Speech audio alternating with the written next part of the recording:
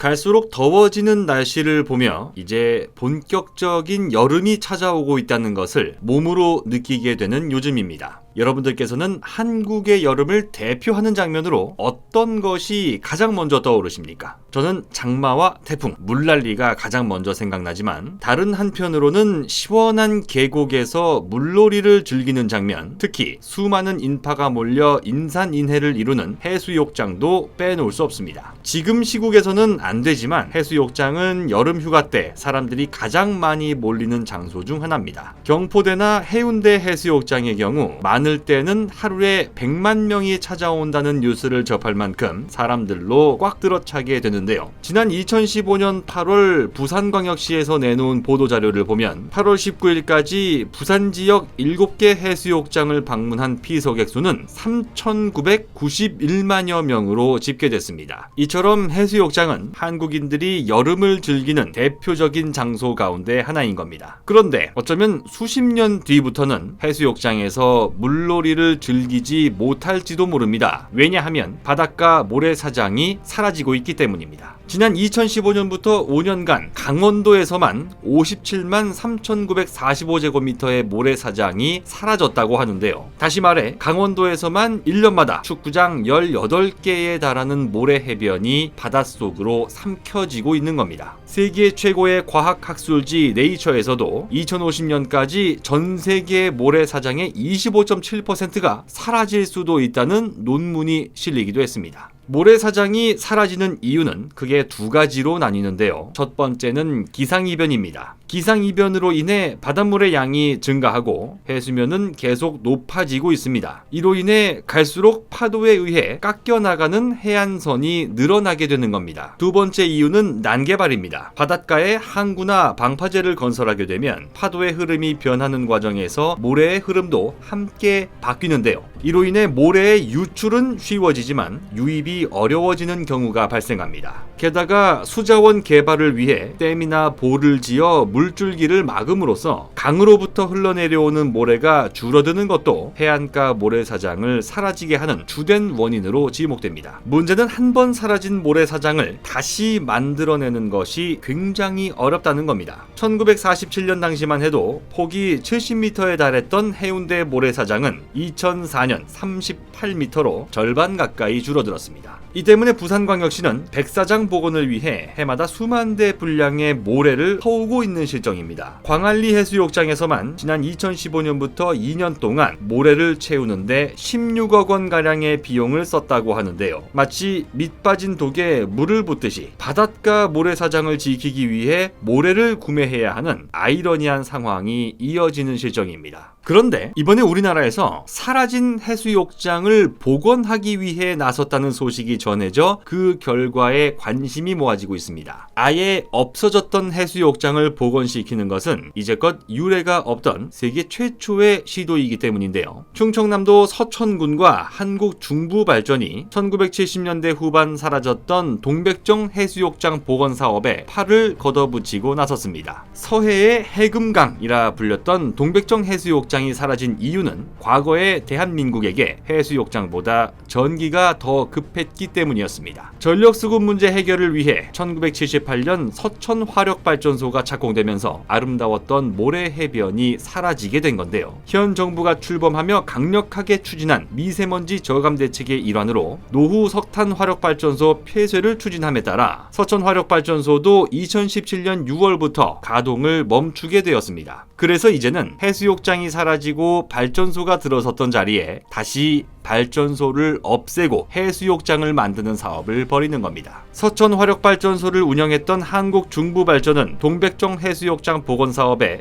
648억 원을 투입하기로 결정했습니다. 해안선의 길이는 500m로 백사장의 폭은 자그마치 100m로 조성될 계획인데요. 오는 2022년 3월까지 발전소 철거 작업이 마무리되면 이듬해인 2023년 6월 복원 사업을 마치고 해수욕장을 찾는 방문객을 맞이할 수 있게 될 전망입니다. 급격한 산업의 발전을 통해 국가 경제의 초고속 성장이 나타나는 시기에 가장 먼저 간과하게 되는 것이 바로 환경 문제입니다. 산업혁명 이후 해가 지지 않는 나라로 불렸던 영국의 템즈강 오염이나 2000년대 초반까지 고가도로 아래에서 썩어갔던 서울의 청계천이 대표적인 예가 될 것입니다. 그렇게 눈에 잘 보이지 않거나 대수롭지 않게 여기던 환경 문제는 어느 정도 먹고 살만한 경제 수준을 갖추고 난 이후에야 비로소 보이기 시작하는데요. 이제 대한민국은 어떤 선진국과 견주어도 주눅들 필요가 없을 만큼 명실상부한 세계 10위권 경제대국으로 성장했습니다. 이제 우리는 고속성장보다 환경 문제에 중점을 두어도 될 만한 경제 수준까지 올라와 있습니다. 아무쪼록 발전소를 해수욕장으로 복원하는 세계 최초의 사업을 통해 개발시대 이전의 환경을 되찾고자 노력하는 것이 선진국에게 주어진 커다란 숙제라는 점을 전 세계에 알릴 수 있게 되길 기대합니다. 곧 새로운 내용으로 다시 찾아뵙겠습니다. 좋아요 버튼과 구독 버튼을 눌러주시면 더 좋은 내용으로 보답하겠습니다. 감사합니다.